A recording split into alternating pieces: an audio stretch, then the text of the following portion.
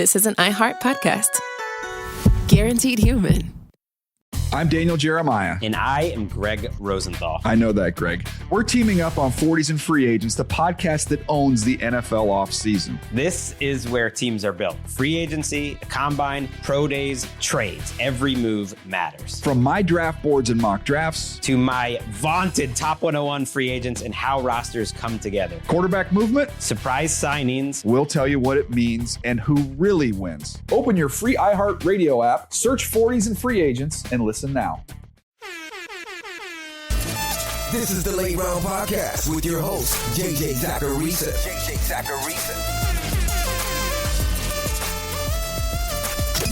What's up, everyone? It's JJ Zachariason, and this episode 1091 of the Late Round Fantasy Football Podcast. Thanks for tuning in. Before I get into the mailbag questions, I want to send a reminder for you to check out the Late Round Prospect Guide. It's 170 pages of analytical information about this class, and it includes information on second-year players as well, all for $19.99. If you purchase now, you'll also get the post-draft version of the guide emailed to you just hours after the NFL draft is over. So check it all out, lateround.com. Okay, let's get to these mailbag questions. The first question this week is from Patrick on Patreon. It says, what's the biggest miss in the ZAP Model database, and what is the takeaway? So I get this question a lot, and I do think my answer in the last mailbag about publishing the database, publishing historical scores, it kind of goes back to this question being asked so frequently. And I'm not saying that you're guilty of this, Patrick, but there is this fixation on finding these individual instances where something was wrong. I'm going to be honest with you guys. The ZAP model has gotten tons of things wrong, but the NFL has too. Teams get this stuff wrong all the time in the NFL draft. It's no different for me. When it comes to prospecting and when it comes to the ZAP model, I get stuff wrong all the time. I don't know exactly how to answer this one though, just to be honest, because I'm not sure exactly how to measure biggest miss. It's all relative to expectation.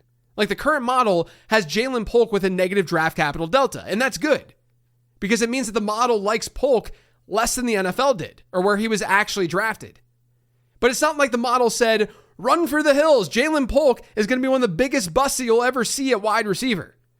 So is that a win or a loss? Is it a huge miss because the model didn't get the exact outcome? I think there have been guys who have come out in recent history, and I want to keep this to recent history just to make the content more engaging for you guys. But there have been players in recent history who I've just completely whiffed on. You can see that in the prospect guide each year. Bucky Irving. I did not expect Bucky Irving to be as good as he's been. Now, I've made some model changes and some iterations over the last couple of years, and he does look better than he did coming out a couple of years ago. But where my process has also changed is more on the subjective side, not even talking film watching here, but with the analysis that I do that isn't ZAP model focused. I've leaned more on the advanced metrics in my write-ups and in my analysis that I didn't have as much access to even just a couple of years ago. And some of those advanced numbers definitely paint a more favorable picture for a player like Irving. And hopefully I would have caught that this time around if another player exactly like Bucky Irving were to come out. A good example of that is with Zachariah Branch this year. Technically, the ZAP model doesn't despise Branch. I wouldn't say it likes him. He has a negative draft capital delta, but it's not so horribly negative that he'd be an obvious avoid when you only look at the model's inputs. But a lot of the advanced data paints a scary, scary picture, which is what the analysis shows in the prospect guide itself. And now I know a lot of people are probably thinking, then why don't you just include that data in the model? And the reason I don't is because modeling isn't about throwing as many data points together in an attempt to find the best answers. That usually creates a lot of issues. You're double counting things, you're overfitting, it can get messy. Usually the best models, they're relatively simple when it comes to the inputs that they're dealing with. Second, a lot of the data that people use just doesn't go back far enough. So you can't reliably trust it, at least very easily, in a model if you're looking to test it properly. And I'm not even getting into the issue of proprietary data, which isn't something that we need to talk about on today's show. But back to the question. I think for a player like Irving, it's about understanding what the model says and then looking beyond those inputs. If any of you guys read one of the original late round prospect guides when I first launched this business, the analysis in those are like night and day compared to what I'm doing now. Just objectively. I don't want to say the old guides were horrible analysis, but I've learned a lot over the last 5 years, and I try to get better every year that I do this. Now, as for some other misses, Rashee Rice was a recent miss. I couldn't boost him simply because of landing spot, and I don't think that was necessarily wrong. We've seen Kansas City wide receivers fail pretty frequently in this Mahomes era. I do think Rice could have been another case of leaning in more on the advanced metrics, though. But he had a 31% slot rate in college. His wide yards per route run was pretty average for a wideout in that database. His yards after the catch profile, that was great. And I think landing spot, it ultimately mattered a ton for Rashee Rice.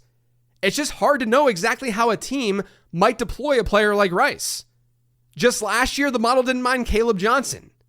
I wasn't quite as bullish as the model was, and there were fantasy managers who really liked him. But it's a big model miss. Even with some of the fixes that were made to the model this offseason, he still has a pretty good ZAP score. Maybe the low explosive run rate, the kind of more middling combine, maybe those things should have been reasons to cool off of Caleb Johnson. But I don't know. I think with prospecting work, oftentimes we see a miss like this and we overstate what it actually all means. We take it so far and we live or die by that one player. That's just not how I view this stuff, or how I think anyone should view this stuff. One player shouldn't change your approach to prospecting or how you should model things. It shouldn't make you completely change your process. We have no idea what's going on behind the scenes, how these players are off the field, what kind of work ethic they have. Usually that all comes out in age-adjusted production and other predictive analytics, but that's never a given. Again, NFL teams are missing on these guys all the time. And they're not nerds living in their mom's basement like I am. They're spending millions of dollars on this stuff. But those are just a few of the names that came to mind when I saw this question. I know there are plenty more. And I'm sure some of you are screaming, what about this guy that you missed on? But I think those 3 players sort of capture my process and how I've evolved pretty well. Just remember, there's going to be a lot of misses. That's how it goes with prospecting. This next one's from John on Patreon. I shortened it a little bit for podcast purposes. It says, JJ, what does the optimal preparation schedule look like? This would be for a redraft league. For reference, I usually spend time in the following in the summer leading up to the draft. ADP rankings and subsequent updates, positional tiers, strategies for both the overall draft and each position. Your draft guide is extremely helpful. Pick specific strategies, i.e. pick number 1 versus 7, etc. Intel gathering, big board, review my previous year's process. So John is asking this because he says he wants to take his game to the next level.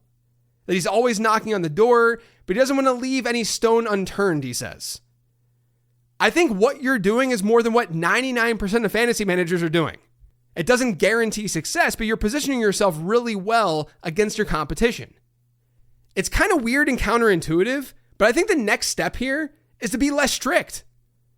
I see this with a lot of people. They have all these tools, they've consumed all this content, they have this big board, but when the draft comes, they become overwhelmed. Because they have the tools, but they haven't thought enough about how they actually are going to use those tools. This is why I talk so much about embracing variance and being reactive in the draft guide each year. The truth is, any fantasy manager can gather a whole bunch of information. It's the application of that information that actually matters. And the application can come in the form of just knowing ball. Don't get me wrong. You could just know ball and you can do better than your competition to some degree. But this is a game against other humans. There's a psychology component to it. There's a huge market component to it, which means having the information isn't always enough. To elevate your game, you've got to think about how other drafters are going to think, how they might draft, and you need to be more reactive. Fantasy football drafts are about being nimble and about being able to react to new information on the fly. Like I said, people will often be super strict with their rankings, but when they do that, they get stuck when they're on the clock and the plan shifts just even a little bit. It's like watching Jared Goff play. Unbelievably great when things are working well. But when that rhythm gets interrupted, we can sometimes see some really bad quarterback play. You want to be like Josh Allen. When things break down, you can still make something big happen. And the way you do that is by understanding the various outcomes and the way that things can go down. And you can usually do that by just getting reps. Best ball is not the same game as season-long fantasy football from a managed perspective, but it teaches you how to be nimble in those situations. People will snipe you left and right. You've got to have a plan almost immediately when that happens. You can't just sit back with the same plan no matter what. You really have to open your mind to coming up with your own strategies at times. Yes, certain strategies, they're going to be better than others, but there are many, many ways to win at fantasy football. You can have a predetermined strategy going into a draft, but I would say that you should just have an understanding of all strategies. That way, when your initial one doesn't work, it makes it a lot easier to pivot to another one. So I would almost tell people to not be so detailed and so specific to one or two outcomes. Because when you get to that point where you've got all this information, you sometimes start missing the more important parts of being a good drafter, which is being able to change your approach on the fly when things start to go south. Your preparation is fine. What you said in this question, it's fine, John. You're doing great. I would just say it needs to be expanded. Rather than only looking at your specific spot in a draft or your specific strategy that you want to use, think about as many as you can. That way you can pivot. And trust me, more often than not, you probably will want to pivot. This next question is from Matt on Patreon. It says, it looks like Carnell Tate is the odds-on favorite to be the first wide receiver selected in the draft. How much does the hit rate for receiver increase with a top 10 selection? Would his prospect score potentially increase above, say, Tyson's if Tyson was selected in the middle of the first round? So this is sort of why I did that episode on the truth about draft capital back in early March. Basically showing that draft capital matters, but there are parts of the draft where it matters a lot less than people generally think. Expanding on that, using arbitrary thresholds, it's good for content delivery, it's good for communicating ideas, but it's not something that we need to strictly apply. As in, if Carnell Tate is the 10th overall pick versus the 11th overall pick, his outlook does not meaningfully change. And what gets people in trouble, and I'm guilty of this at times too, because I'm human, but what gets people into trouble is the arbitrary threshold analysis that we do, where we say, here's a look at all top 10 wide receivers and their hit rates. But let's say that Tate goes 9th overall. Technically, a player who gets drafted 11th overall has more similar draft capital to Tate than someone who goes 3rd overall. But the 3rd overall player is now part of our comparison sample. The 11th overall player isn't. So just to be clear, I wouldn't be thinking of top 10 or not top 10 or anything like that. I know I speak that way at times, but that's just for me to communicate certain ideas.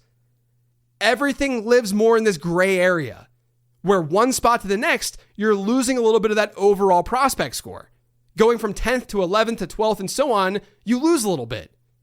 The drop-offs aren't necessarily linear, they're not consistent, but there are drop-offs. I think the question here really comes down to if Carnell Tate has X draft capital, what type of capital would it take for Jordyn Tyson to not be ranked ahead of Tate in the ZAP model? Because right now, the model just really loves Jordyn Tyson. I have these guys ranked in the same tier because there's at least some things that the model can't fully comprehend about Tyson. But objectively, Jordyn Tyson has the best age-adjusted production profile on a per-game basis in this class. I don't really think it's that close. Now, in the pre-draft version of the prospect guide, draft capital assumptions are being made via NFL mock draft database. And when that guide launched, Tate had projected 9th overall draft capital. Tyson was at 14. Right now, according to that same site, Tate is now at 8. Tyson, he's still at 14.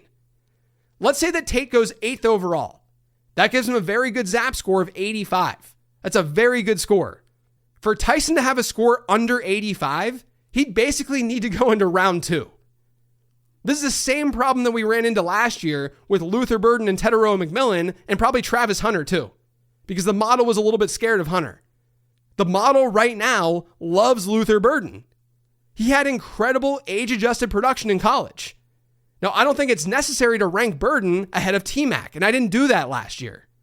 But I think it's a signal of two things. Number one, it speaks to the idea that I talked about in that draft capital episode. Draft capital matters, but don't overstate it, especially at wide receiver.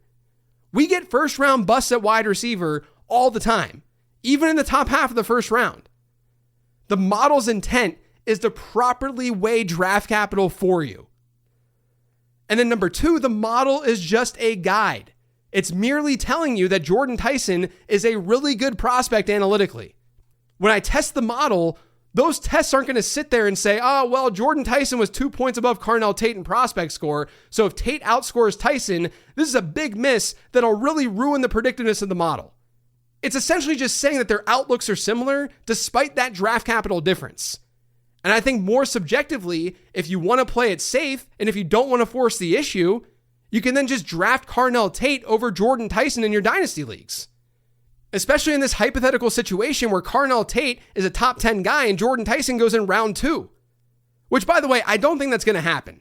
I would be shocked if Jordyn Tyson is not the wide receiver 1 in the ZAP model post-draft. Because he has such an insane age-adjusted production profile, and the model really cares about breakout score. But this is why I had them in the same tier in my rankings. Because there are concerns about Tyson and his health, and that could lead to worse draft capital, which leads to a little bit more variance to his overall profile. We saw the exact same thing with Luther Burden last year. When you're spending an early first-round rookie pick, there's natural comfort in going with the guy who had really strong draft capital. There's nothing wrong with that. But that at least gives you the answer of what the model will see. We should be caring about the big gaps from one score to the next. And if you aren't quite sure if there's a big gap or not or how to interpret that, that's exactly why I have the blurbs for each player in that guide. To explain things, to talk through it, and to get us hopefully the best answer that we can get to. The last question this week is from Twitter, from @Darren121432. It says, why is the analytics community, who have always leaned heavily towards zero RB principles, now recommending more fragile, robust running back builds so far this draft season? Is that specifically a best ball thing? If so, why? Why the seemingly sudden shift? It's alarming. Now look, I can't speak for other analysts, and I certainly can't speak for other analysts who have hyper-focused on zero RB, because that hasn't been what I've done. That's not how I do things. But I can at least talk about why I think you might be seeing what you're seeing. First, from a football perspective. I talked about this in a lot more detail on episode 1075, the first one of the offseason, titled The Death of the Fantasy Football Wide Receiver 2. In that episode, I spoke about two big things happening in the NFL. Teams are more run heavy, and that's likely as a result of countering the speedy, smaller defenses and too high defensive alignments. And then on top of that, we're seeing heavier personnel. It's been a trend the last few years. This past year, though, was really a big outlier. There was a big shift. A lot more teams are using heavier personnel. When that's the case, we get different competition for targets in an offense. Teams are targeting tight ends more because they're on the field more. And teams are using their running backs more on the ground and not as much through the air. This has resulted, though, in a lot of flatness at the wide receiver position. When you get a stud like JSN doing what he did last year, that's a huge advantage in fantasy football.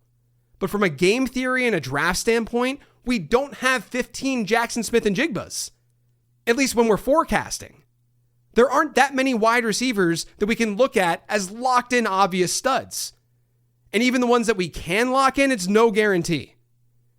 Now, you could definitely argue that this means that we should be drafting wide receivers early and often in fantasy football. If we only have a few of these wide receivers, they become even more valuable versus the rest of the position. They're unicorns. And I agree with that in theory. But if you're in a 12-team league and there are 6 of those wide receivers, you shouldn't just take the position just to take the position. They dry up really fast. And to be clear, I don't think it's only the shift to heavier personnel that's doing this. There's been an influx of talent too. We have a lot of good wide receivers in the league, which means there's a lot more competition, which makes it difficult for receivers to truly stand out and to see those like 28, 29% target shares, unless they're uber elite talents and good to great situations. So essentially, we have some elite tier at wide receiver and then a bunch of flatness. You can just look at consensus rankings right now in 2026 and see this. You get Tedero, McMillan, and T. Higgins and A.J. Brown in that wide receiver 13 to 15 range. They're not even necessarily unfairly ranked. But then you get to Ladd McConkey and Luther Burden and Devontae Smith and Emeka Ibuka in that wide receiver 22 to wide receiver 27 range.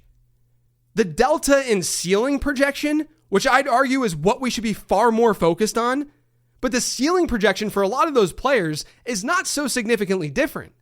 Whereas you're going to eventually hit a bigger wall at running back. And all of that is just becoming more obvious to people.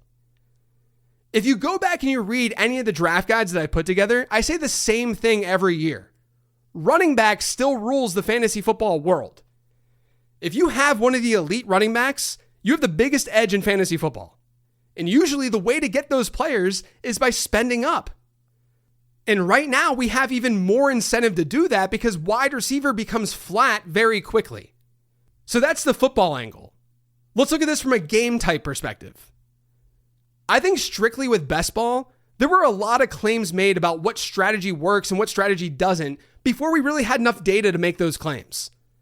I've done becoming a best ball bro for 2 seasons now. Season 1, I didn't do very well. And I talked about this on the show, but I think a key reason for that was because I was far too strict in going with specific strategies. I didn't feel my player picks were that bad, but the team construction, the lack of nuance that I approached that best ball season with, that was very wrong. I changed that up last year. I had a wider variety of builds and the results were great. I ended up getting a top 50 finish in the DraftKings Millie, and I also had a great advance rate.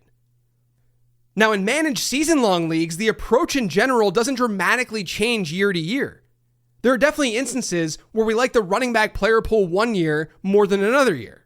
And that might force you to go maybe more 0 RB one year than you do another season.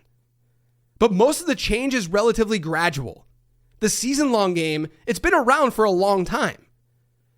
Like, if you think about my strategic takes that I've had on this podcast through the years, it's not like one year it's draft quarterbacks late, and then the next year it's draft quarterbacks early. It's gradual. You can see some of these things coming. I always reference this, but my absolute favorite advice that I've ever given, what I think was the best thinking that I ever did in my career from an analyst perspective, was after Lamar Jackson's first MVP season. I was very in on Jackson, sure, but the greater picture was what was to come after that season. I wrote an article on Numberfire about it, talking about how we were on the verge of seeing more unicorn quarterbacks in the league and that the late round quarterback strategy could be morphing because the consensus fantasy football world was recognizing the importance of rushing.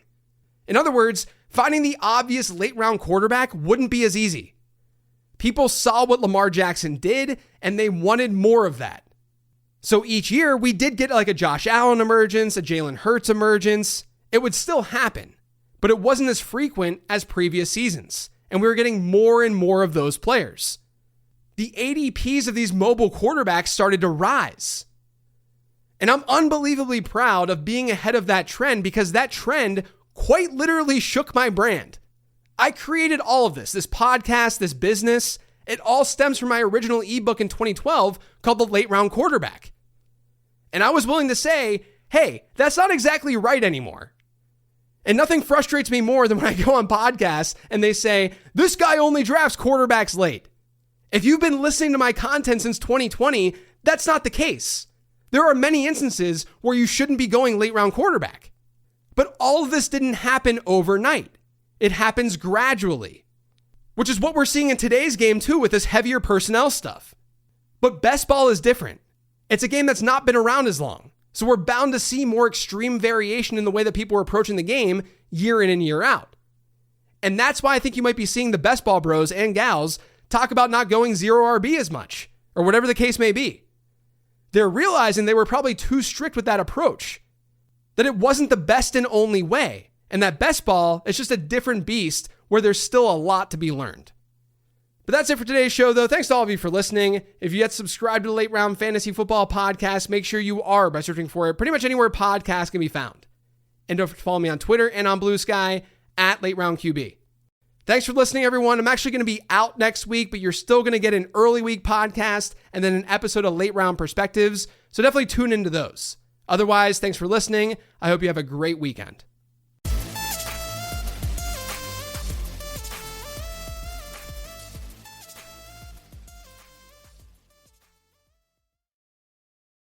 I'm Daniel Jeremiah. And I am Greg Rosenthal. I know that, Greg. We're teaming up on 40s and Free Agents, the podcast that owns the NFL offseason. This is where teams are built. Free agency, the combine, pro days, trades. Every move matters. From my draft boards and mock drafts to my vaunted top 101 free agents and how rosters come together. Quarterback movement, surprise signings. We'll tell you what it means and who really wins. Open your free iHeartRadio app, search 40s and Free Agents, and listen now.